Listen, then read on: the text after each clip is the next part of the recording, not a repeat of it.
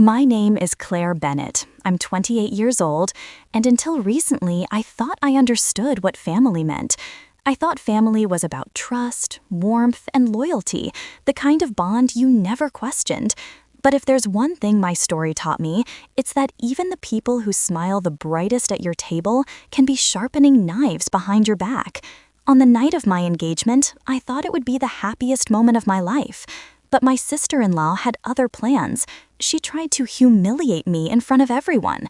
Just when I felt my world collapsing, my fiance stood up and revealed a shocking truth that left her frozen in silence before the entire family.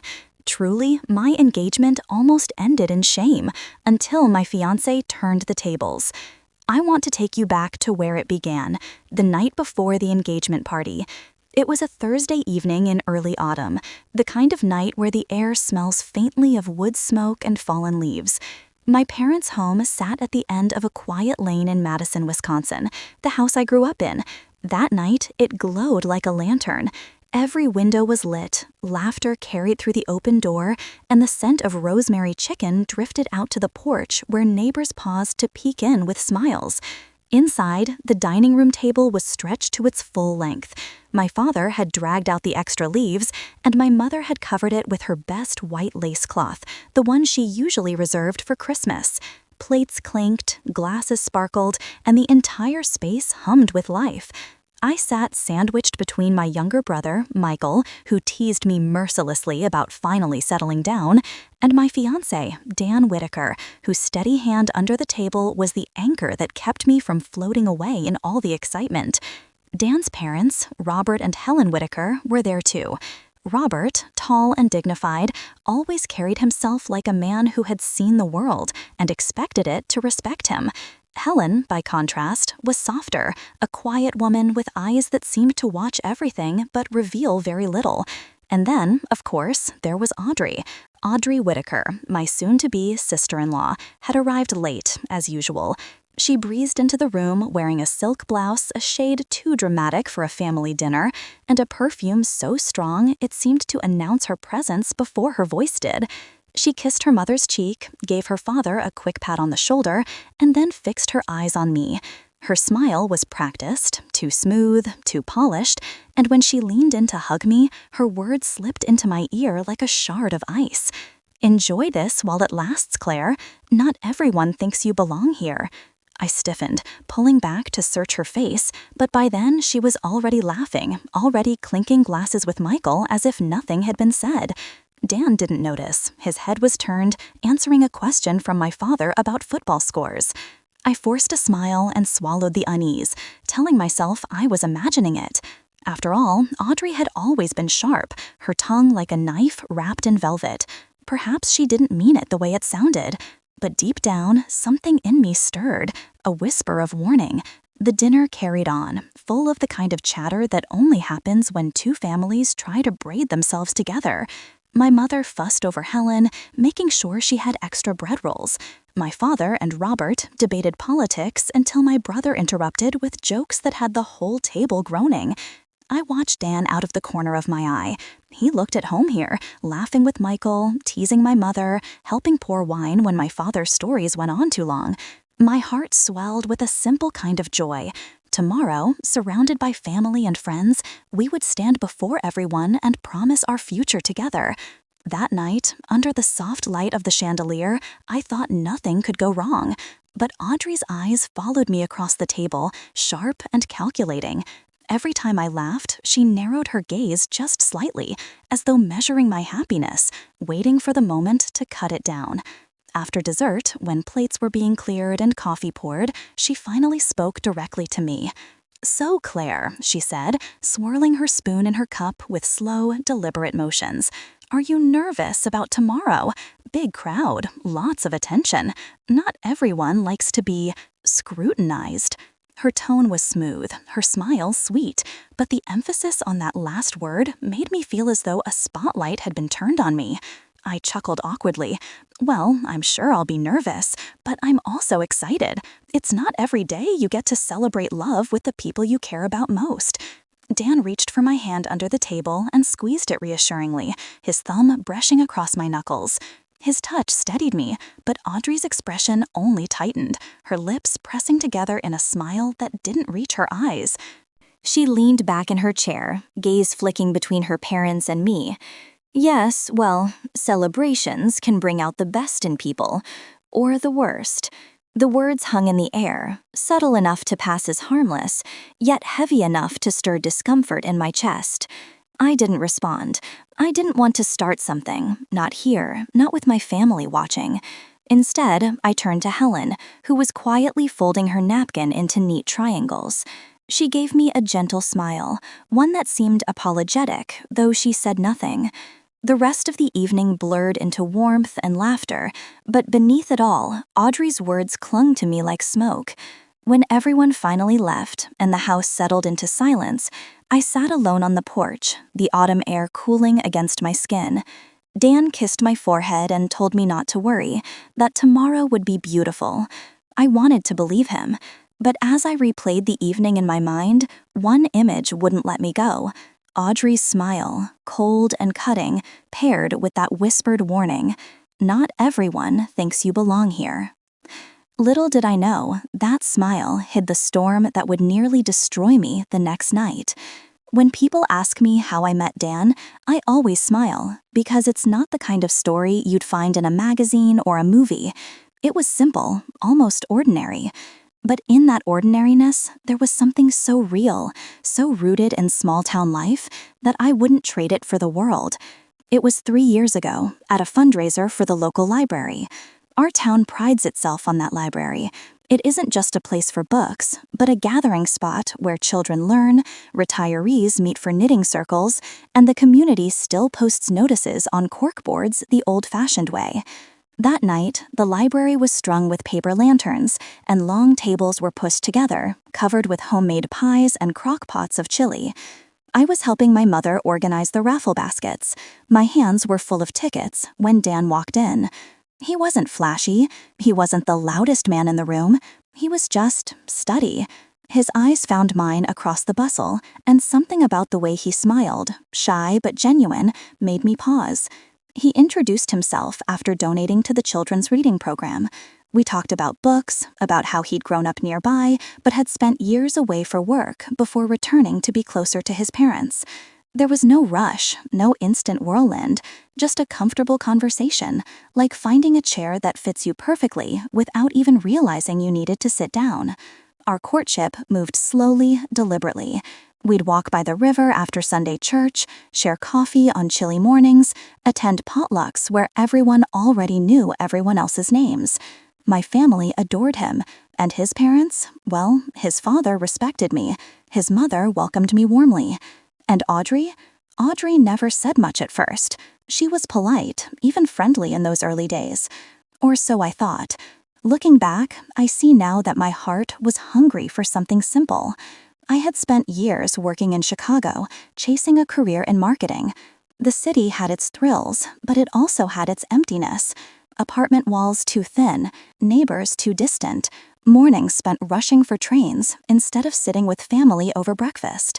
When my father's health began to falter, I left the city behind and came home. It wasn't a hard choice, though some of my friends called me foolish. I traded skyscrapers for church bells, late-night networking events for evenings spent cooking with my mother. I wanted to be present for my parents in their later years, to care for them as they had cared for me. It wasn't glamorous, it wasn't filled with promotions or paychecks that sparkled, but it was home. And more than anything, I dreamed of love.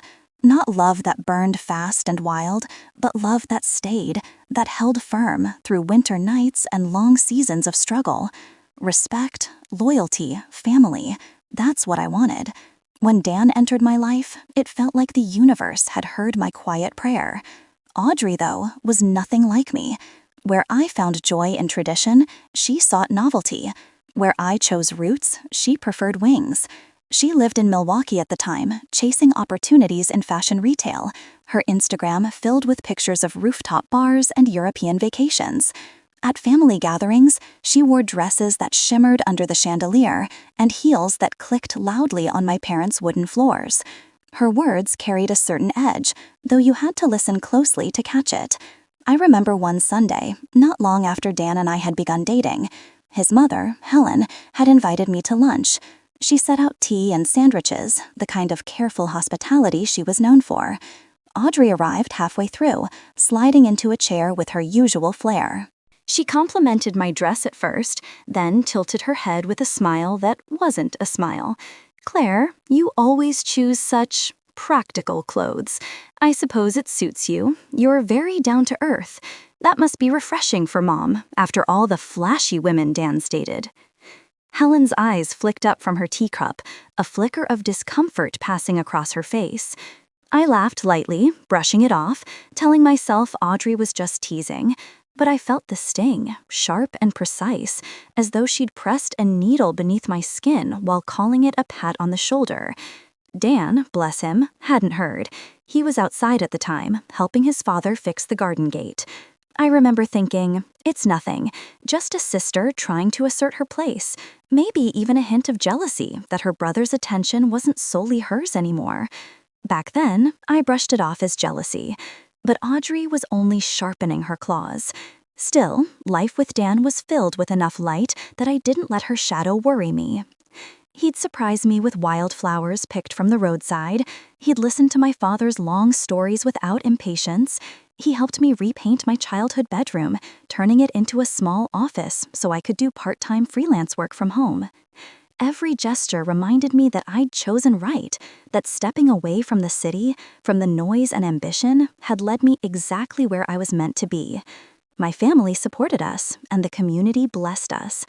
When Dan proposed at the riverbank, just as the autumn leaves turned gold, people said they couldn't imagine two souls better suited. Even then, even in that golden moment, I caught a look on Audrey's face. She clapped, she smiled, but her eyes were hard. I pushed it aside, refusing to let her shadow fall on my joy. If only I had listened to the unease in my heart that day. The days leading up to the engagement party should have been nothing but joy. Final fittings for my dress, flowers ordered, my mother fussing over catering details, my father practicing his toast in front of the bathroom mirror. But in every happy story, there are shadows, and mine wore the shape of Audrey Whittaker. Dan's family insisted on hosting part of the preparation at their house. The Whittakers' home was larger, more modern than my parents', a 2-story brick house with manicured hedges and a wide porch. It carried that air of wealth without words, the kind of place where every cushion and candlestick seemed chosen to impress. On Wednesday afternoon, 2 days before the party, I arrived early to help Helen arrange decorations. She had asked for my tasteful touch, as she sweetly put it. Dan was at work, his father was out running errands, and so it was just Helen, myself, and Audrey.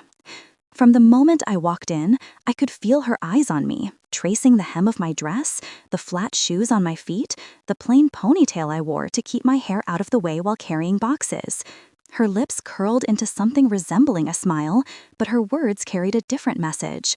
"Well," she said, folding her arms as she leaned against the banister, "so this is what you'll be stepping into, Claire.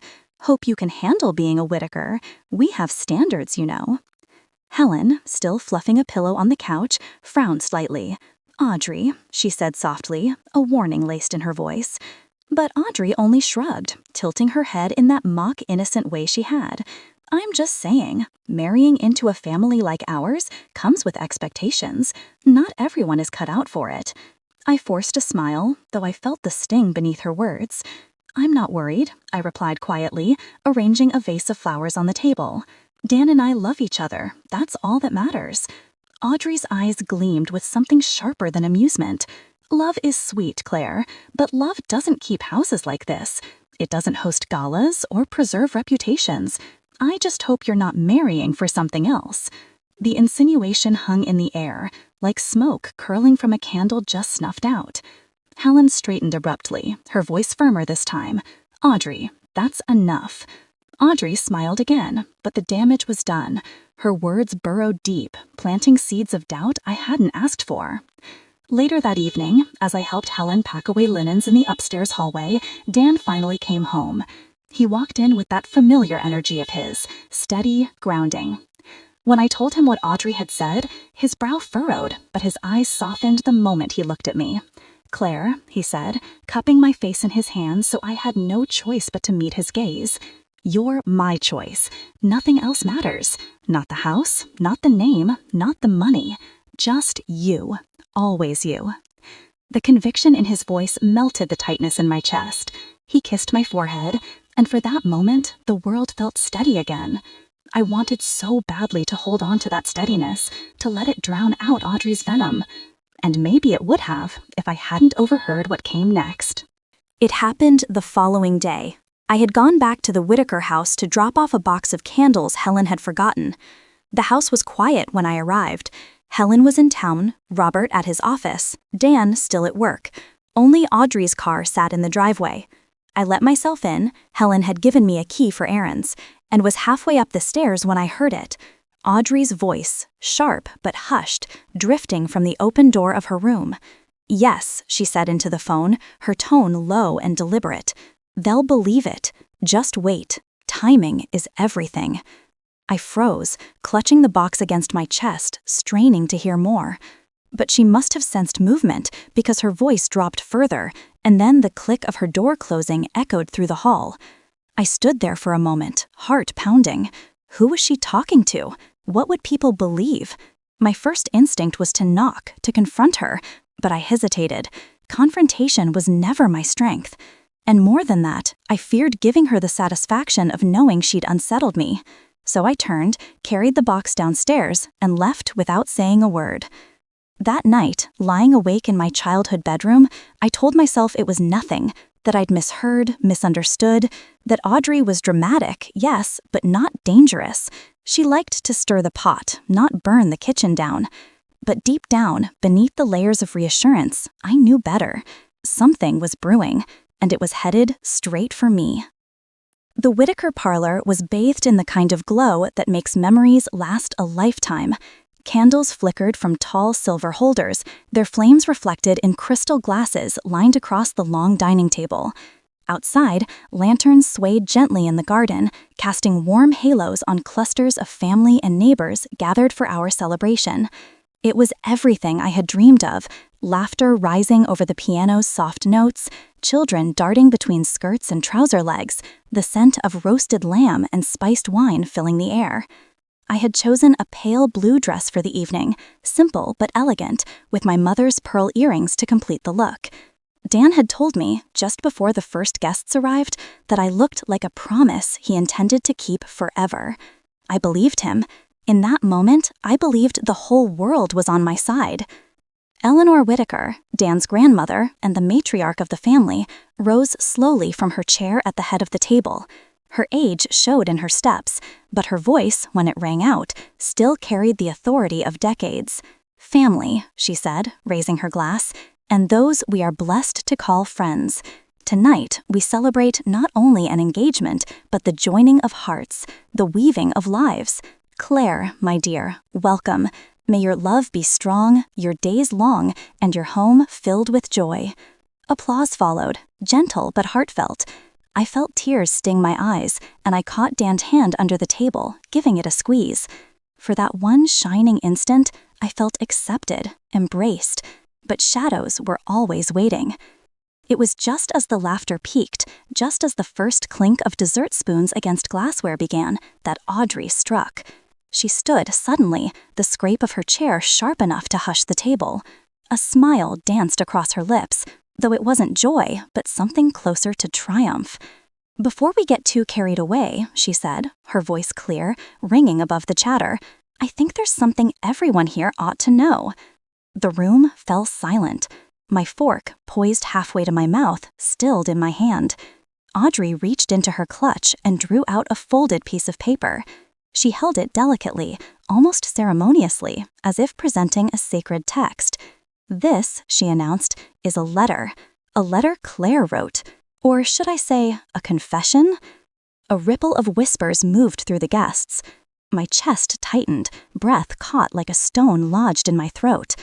"I don't know what you're talking about," I managed, my voice trembling. Audrey ignored me. She unfolded the paper and began to read aloud. "Dearest Matthew," she began, her tone dripping with false sweetness, "I can't pretend with him much longer. Dan is kind, yes, and wealthy enough to make it worthwhile. But you know where my heart truly lies? With you. Once I'm secure, we'll find a way to be together again. For now, I'll play my part. They all think I'm perfect. Gasps cut through the parlor like blades. My hands trembled so violently I nearly dropped my glass. "That's not mine," I cried. "I never."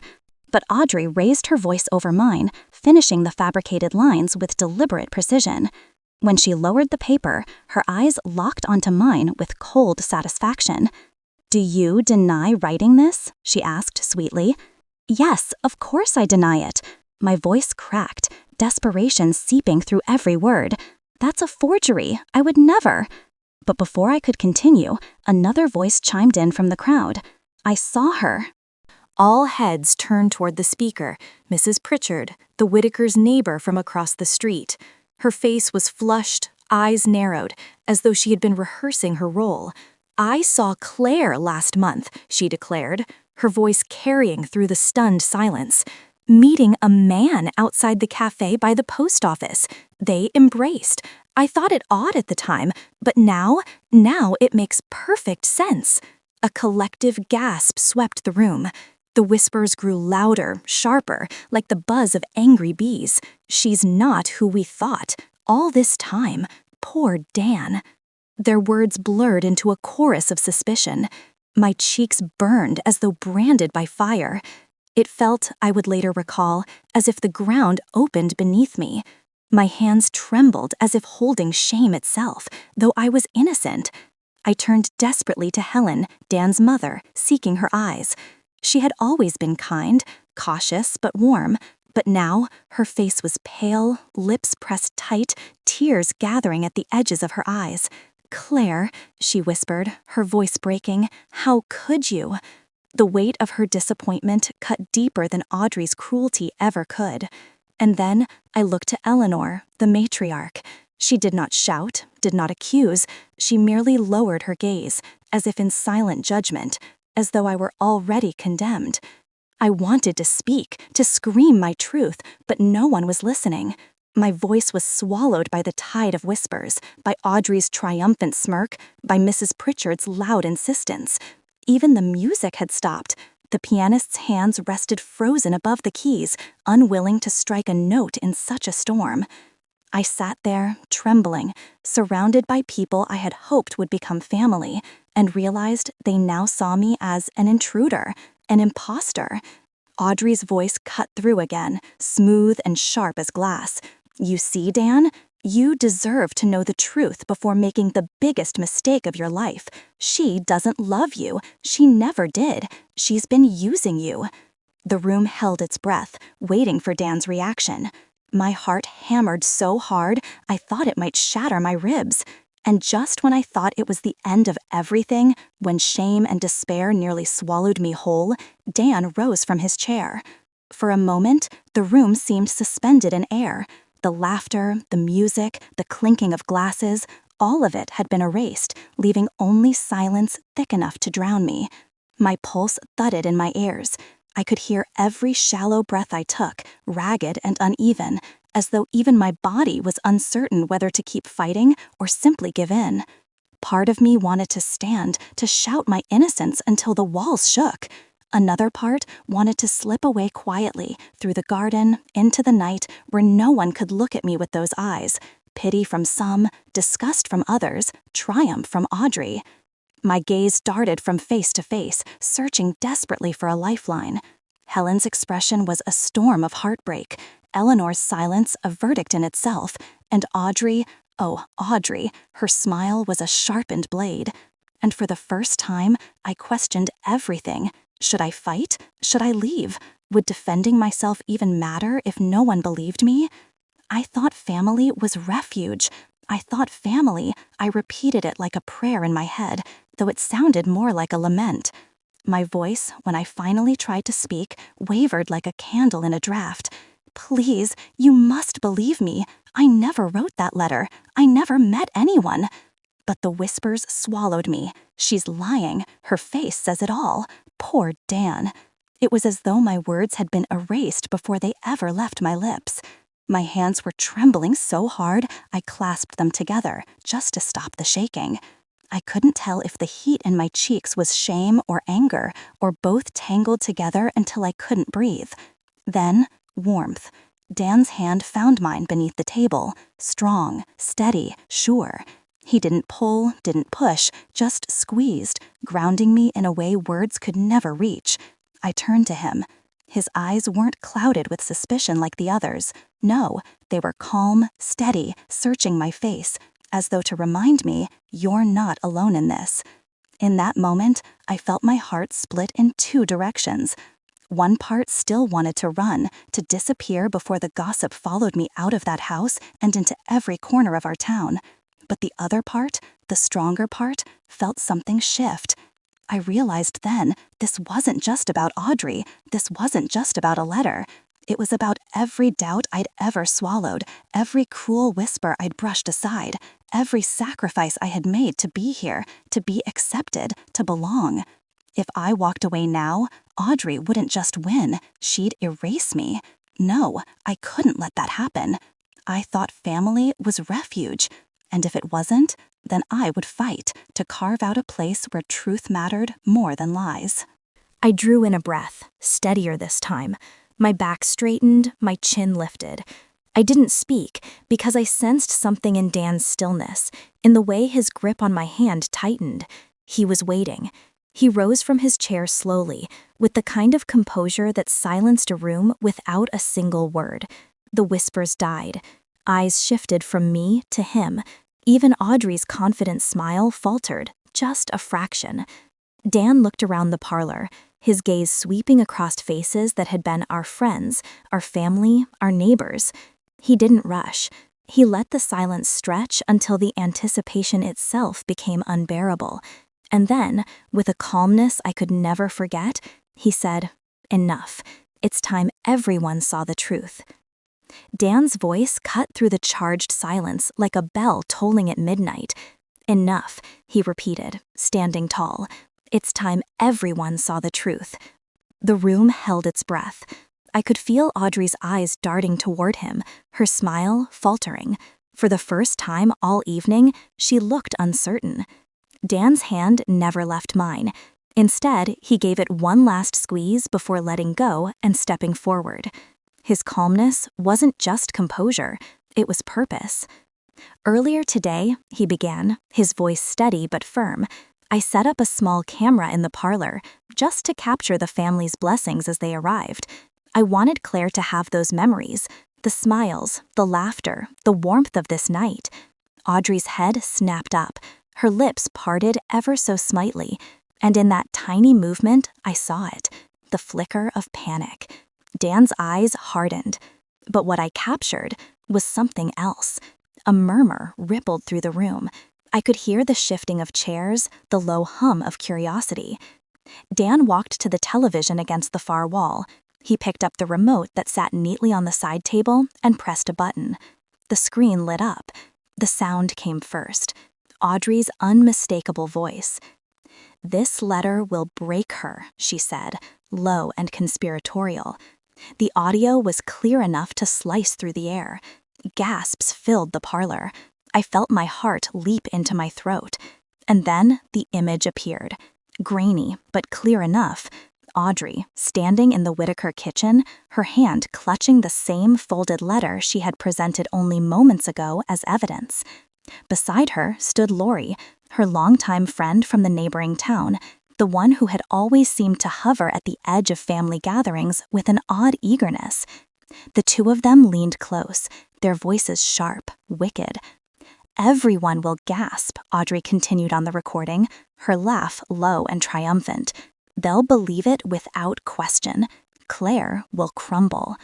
And Dan," her smile in the video was cruel, "Dan will be humiliated beyond repair." A fresh wave of gasps swept across the room like a storm. In that moment, I watched the faces that had moments before been turned against me. Their judgmental stares shifted to disbelief, to shock, to something almost like shame for having doubted me.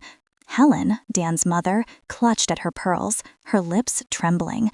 "Audrey," she whispered, Even Eleanor, the family matriarch who had sat so still, lifted her gaze. Her expression was unreadable at first, then it hardened with a quiet, devastating disappointment. On the recording, Lori giggled nervously. "Are you sure this will work?" Audrey scoffed. "Of course it will. They already think she's too simple for this family. All I have to do is light the match. Claire will do the rest by falling apart." The sound of Audrey's laughter on that screen was sharper than glass. In the parlor, Audrey rose suddenly from her chair, her face pale, her eyes wide. "That's not me," she stammered, her voice trembling yet defiant. "This isn't real. You're all being fooled. This is some kind of trick." But the evidence was undeniable. Dan's eyes never left her. "We can all hear you, Audrey. We can all see you. There's no denying what you said, what you planned." The whispers swelled around us, harsh and unforgiving. "I can't believe it. She wanted to destroy Claire, after all Eleanor did for her." Helen's face was etched with pain as she looked at her daughter-in-law. "Why, Audrey? Why would you do such a thing?" Audrey's breath came fast, her hands trembling at her sides. I was protecting this family. She's not one of us. She doesn't belong here." Her excuses rang hollow in the heavy silence. And then Eleanor spoke. Her voice was quiet, but it carried like thunder through the parlor. "Audrey, I raised you better than this." The words landed heavier than any shout could have. I watched Audrey flinch, as if each syllable cut into her. Eleanor, the woman who had once welcomed her, who had trusted her, who had held her as one of her own, was now condemning her with nothing but truth. I felt my throat tighten, tears pressing against my eyes. Not from sorrow this time, but from the vindication I had thought might never come. For a moment, the room was against her. For a moment, I thought it was over. But Audrey was not finished. She straightened, her face hardening, her lips curling back into something between a sneer and a desperate smile. "This is ridiculous," she spat. "Anyone could have faked that video. Anyone could have made it look like me. You're all blind if you think I'd stoop so low." The whispers rose again, but now with doubt, only toward her, never toward me. Dan's jaw tightened. "No one had to fake anything, Audrey. You did this to yourself." I could see the walls crumbling around her. She was cornered, her lies unraveling, but her pride was still fighting for air. Her eyes darted to the television, to the screen that still held her image, frozen in betrayal. And then, suddenly, she moved. Audrey lunged for the TV, her hands outstretched as though she could claw the evidence out of existence. But by then, it was too late. The truth was already burning in everyone's eyes. The moment Audrey lunged for the television, Dan intercepted her. His arm moved swiftly, firm, but not harsh, keeping her at bay. The recording continued to play in the background, her voice echoing through the parlor like a ghost she couldn't silence. Her breath came in ragged gasps. Her face, once so carefully composed, painted, and poised, was now streaked with sweat and fury. She looked around the room for allies, but found only stone-cold faces staring back. The first voice to break the silence was Robert's. Dan's father stood, tall and unwavering, his shoulders squared like a man who carried not just his own disappointment, but the weight of generations. His eyes, once warm toward Audrey, were hard now. "You brought shame to this house," he said, his voice low, steady, each word like a stone thrown into still water. "Do you even understand what you've done tonight?" Audrey's lips trembled, but no words came. "You tried to ruin a celebration meant for love," Robert continued. "You tried to ruin her." He pointed to me, and for the first time all night, I felt something shift inside me. Recognition. Validation. Claire did nothing to deserve this cruelty. Audrey's knees buckled slightly, and she sank into her chair. Helen rose then. She had been silent for too long, her eyes rimmed with tears, her face pale. She stood with trembling hands clasped together, as though in prayer. "I don't know how to speak," she whispered, her voice breaking. "You are like a daughter to me, Audrey. I welcomed you, trusted you, and now—" Her tears spilled freely, trailing down her cheeks. "You've torn this family apart. You've torn me apart." Audrey reached for her, desperation in her eyes. "Helen, please." But Helen stepped back. Her hands shook, but her resolve was clear. "I cannot defend you, not after this." The murmur of the community members grew louder, each whisper like a nail sealing Audrey's fate. She betrayed them. What a disgrace. Imagine plotting against your own family. I looked at their faces, neighbors, friends, people who had known the Whitakers for decades. Their expressions were not just judgment, but betrayal, as though Audrey's actions had stained them all. Reputation, in a town like ours, was everything, and Audrey's was gone. She buried her face in her hands, shoulders heaving with sobs. All the defiance, all the arrogance, all the polished cruelty she had worn like armor, it crumbled in an instant. What remained was raw, ugly desperation. For the first time that night, I could breathe again. The tightness in my chest loosened, the trembling in my hands stilled. I inhaled deeply, the air sharp but freeing. Vindication, long denied, finally rushed through me. And yet, even as relief washed over me, another feeling lingered beneath it, a heaviness. Because I realized something that night. Justice had been served, yes. The truth had come to light, yes. But the cost, oh, the cost was steep. I looked around the parlor. The same walls that had held generations of Whitaker celebrations now bore witness to division, to heartbreak, to a family that could never return to what it had been only hours earlier. Dan stood at my side, his hand once more finding mine. His touch was steady, grounding. His eyes, though filled with love, carried sorrow too. He knew as well as I did, something precious had broken tonight. Eleanor finally rose, her cane tapping softly against the hardwood floor. The matriarch's voice, though quiet, silenced the entire room. "Family," she said, pausing to let the word settle, "is built on trust. Without it, there is nothing." She turned her gaze to Audrey. "You destroyed that trust tonight, and though I pity you, I cannot excuse you." Audrey wept openly, but no one moved to comfort her. Not Robert, not Helen, not the neighbors, not even Lori, who had slipped quietly out the door when the recording played, unwilling to face the ruin she had helped create. The parlor was filled with sorrow and finality. I leaned into Dan, whispering, "It feels like victory, but it doesn't feel like joy." He kissed the top of my head gently, whispering back, "Because family, once broken, is never the same again." And I knew he was right. The days after the engagement party passed in a haze. Whispers floated through town faster than the autumn leaves that skittered across the sidewalks.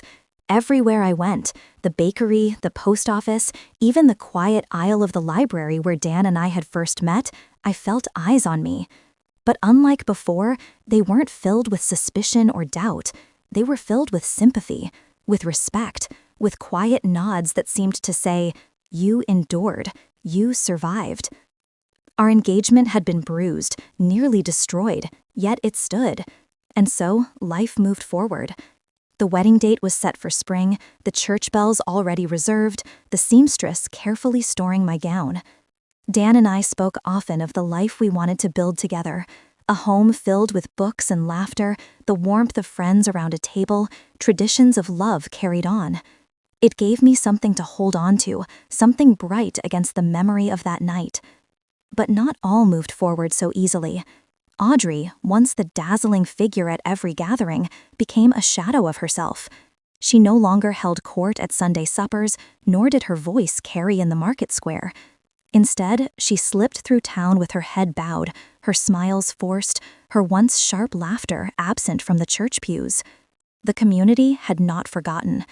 In a town like ours, memory is long and reputation's fragile, and Audrey's had shattered like glass. I would see her sometimes, standing apart at services, her hands clasped tightly, her eyes lowered. The same people who had once leaned in to share her whispers now avoided her gaze. It was not anger anymore, it was disappointment, and that was harder to escape. I should have felt triumphant, I should have felt free, and in some ways I did. But there was also a heaviness that clung to me. Justice was done, but at a price. One crisp afternoon, a letter arrived at my parents' home. The handwriting was familiar, Audrey's looping script, once admired for its elegance. My hands trembled as I opened it. Inside, her words sprawled across the page, uneven and hurried. "Claire, I am sorry for what I did. I was foolish, envious, afraid of being forgotten. I let pride rule me, and it destroyed everything. Please forgive me. I never meant for it to go so far. Audrey." I read it twice, 3 times, but the words rang hollow, empty of true repentance. It was not apology, it was desperation, a plea for relief from the weight she had brought upon herself. I set the letter down, my heart torn. Part of me wanted to crumple it, to throw it into the fire and watch the flames consume her lies once more. But another part of me, the part that still believed in family despite everything, tucked it quietly away. Not as forgiveness, but as a reminder. Because I had learned something in those weeks, something painful but enduring. I thought family was refuge. Now I know refuge must be built on truth. Dan and I carried on. The wedding came, filled with laughter and blessings, and the vows we spoke that day felt carved from stone. The memory of betrayal lingered, yes, but so did the triumph of truth. And in that balance, we built our beginning. Still, sometimes at night, when the house is quiet and the fire burns low, I think back to that parlor, to the faces around me, to Audrey's laughter on that recording, and the silence that followed. And I wonder if families ever truly heal from such wounds, or if, like old scars, they remain, tender, visible, shaping us forever. But then Dan takes my hand, his warmth anchoring me, and I remember, scars are not just reminders of pain, they are proof of survival. And survival, I've learned, is its own kind of victory. The autumn air was cool that evening, the kind that carries the faint scent of wood smoke and fallen leaves. Dan and I sat beneath the old oak tree at the edge of the Whitaker property, the very tree where months ago we had first stolen a quiet moment during the library fundraiser, laughing like children discovering a secret. Now it felt like more than just a tree. It had become a witness, to laughter, to whispers, to betrayal, and to truth. Its branches stretched wide above us, as though they had gathered every word and every silence of what had passed. I leaned against the rough bark, closing my eyes, and let the memories roll through me. The dinner before the engagement, filled with warmth. The unease I had felt when Audrey smiled too sharply. The storm of humiliation in the parlor, the forged letter trembling in my hands. The gasps, the whispers, the shame pressing down until I could barely breathe. And then, the moment of reversal. Dan's calm voice cutting through the noise, the truth displayed for all to see. The room turning as judgment fell where it belonged. It all seemed at once so far away, and yet still close enough to make my chest tighten. Dan reached for my hand. His thumb brushed against my knuckles, steady and warm. "You're quiet," he said softly. "I was just thinking," I murmured, "about how much has changed." He nodded, his eyes lifting to the oak's branches. "Sometimes the hardest storms leave the clearest skies." His words settled in me, but they did not erase the weight I carried, for though victory was ours, it had not come without wounds. I had learned something in those long days and nights since. Greed and jealousy, those twin poisons, can rot even the strongest bonds of family.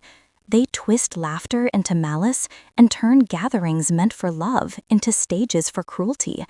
Audrey had been my reminder of that. Her need to outshine, to wound, to control, it had not destroyed me, but it had scarred us all. And yet, the truth, though painful, had done something no lie ever could. It restored dignity. Mine, yes, but also the dignity of love itself. Because what Dan and I shared was not built on appearances or manipulation. It was built on choice, on honesty, on the steady hand that had held mine when the world seemed to turn against me. The family, well, the family would never be quite the same. Audrey no longer sparkled in the center of every gathering. Helen's smile carried sadness now, a heaviness for the daughter she could not defend. Even Eleanor, the matriarch whose presence once anchored every room, moved more quietly, her eyes shadowed by disappointment. Scars remain, and maybe they always will. But scars, I've come to believe, are not signs of weakness. They are proof of survival. They remind us that the wound was real, but also that healing was possible. I looked at Dan, the man who had stood when I could not, who had chosen truth over comfort, love over silence. My heart softened with gratitude. "Do you ever wish," I asked, "that none of it had happened? That we could have just had a simple engagement free of all the drama?" He smiled faintly, considering. "Sometimes. But then I think, without it, maybe we wouldn't know how strong we are together. Maybe the oak wouldn't mean as much." I leaned my head against his shoulder, letting the rustle of leaves carry his words deeper into me. He was right. The oak mattered because of what it had seen, because it had witnessed not just betrayal, but endurance. That night, beneath its branches, I found my final truth. Family can heal, yes. Time may soften anger, may weave new threads across torn fabric. But family also remembers, and memory carries both love and pain.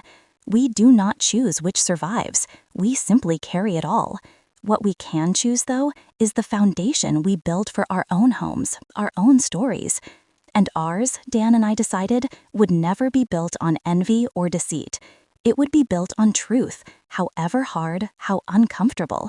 Because truth, though it cuts, also cleanses. And only when the lies were burned away could love stand tall, like this oak, rooted, weathered, enduring. The church bells would ring for us soon.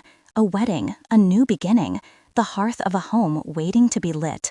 But tonight, it was enough to sit here, under the branches that had watched everything, and to breathe in the stillness. My fingers tightened around Dan's. My voice was quiet but steady. In the end, it wasn't shame that defined my engagement. It was truth. And though scars remain, love and honesty lit the hearth of our home once more. The oak creaked softly in the breeze, as if it had been waiting to hear those words. And in its quiet strength, I knew we had endured.